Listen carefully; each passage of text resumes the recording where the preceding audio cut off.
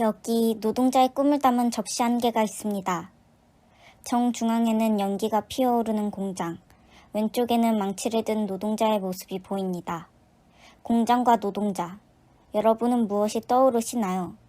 여러분들이 예상하셨듯이 이 접시는 1921년 소비에트 정권을 선전하기 위해 제작되었습니다. 1917년 볼셰비키 혁명의 서막이 오르고 역사상 최초의 사회주의 정권이 러시아에서 탄생합니다. 노동자들을 비롯한 많은 대중들은 한 가지의 꿈을 갖고 레닌이 이끄는 혁명에 참여했습니다. 과연 어떤 꿈이었을까요? 우리가 그들의 꿈에 공감하기 위해서는 마르크스의 과학적 사회주의를 이해할 필요가 있습니다. 마르크스는 자본주의의 모순이 발생함에 따라 프롤레타리아 혁명이 필연적으로 발생한다고 보았습니다.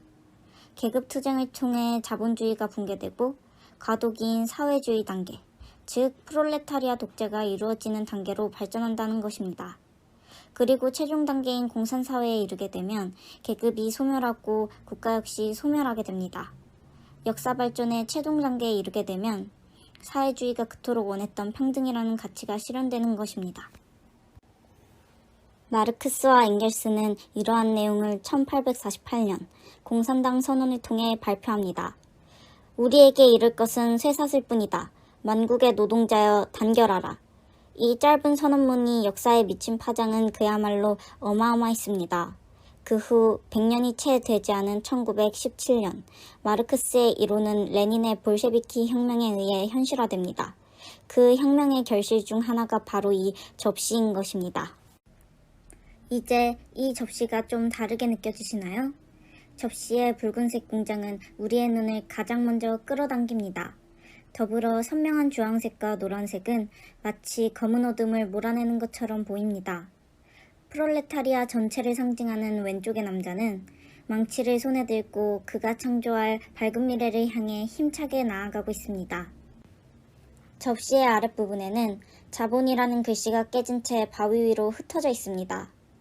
붉은 공장과 노동자, 깨진 자본이라는 글씨. 결국 이 접시는 최초의 사회주의 혁명을 성공시켰다는 소비에트 정권의 자부심을 온몸으로 부르짖고 있는 것입니다. 그러나 이 접시를 뒤집는 순간 우리는 또 다른 세상과 마주하게 됩니다. 이상하지 않나요? 보통 도자기 공장의 표기는 하나만 남겨두는 것이 상책입니다. 그런데 이 접시에는 두 가지의 공장 표기가 남아 있습니다. 왼쪽의 표기는 독재를 상징하는 차르 니콜라이 2세의 제국 자기공장의 것입니다. 반면 오른쪽은 소비에트 국가 자기공장의 표기입니다. 독재의 낙인이 지워지지 않은 것은 단순한 공장장의 실수였을까요? 아닙니다. 이것은 철저히 계획된 일이었습니다. 당시 국가 자기공장의 보고서엔 이렇게 적혀 있습니다. 즉, 역사의 의미를 살릴수록 접시가 비싸게 팔릴 것이라는 계산이었습니다. 사회주의 정권이 자본주의 시장에 팔 상품을 생산했다는 것은 조금 모순되게 느껴집니다.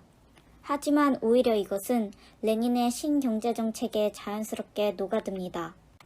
제1차 세계대전의 참전은 러시아에 막대한 피해를 가져왔습니다. 더구나 무자비한 공산화는 극심한 식량난과 생산의 위축을 낳았습니다. 러시아의 경제가 파탄에 빠지게 된 것입니다. 이때 레닌이 힘겹게 꺼내놓은 선택지는 네프, 즉 신경제정책이었습니다.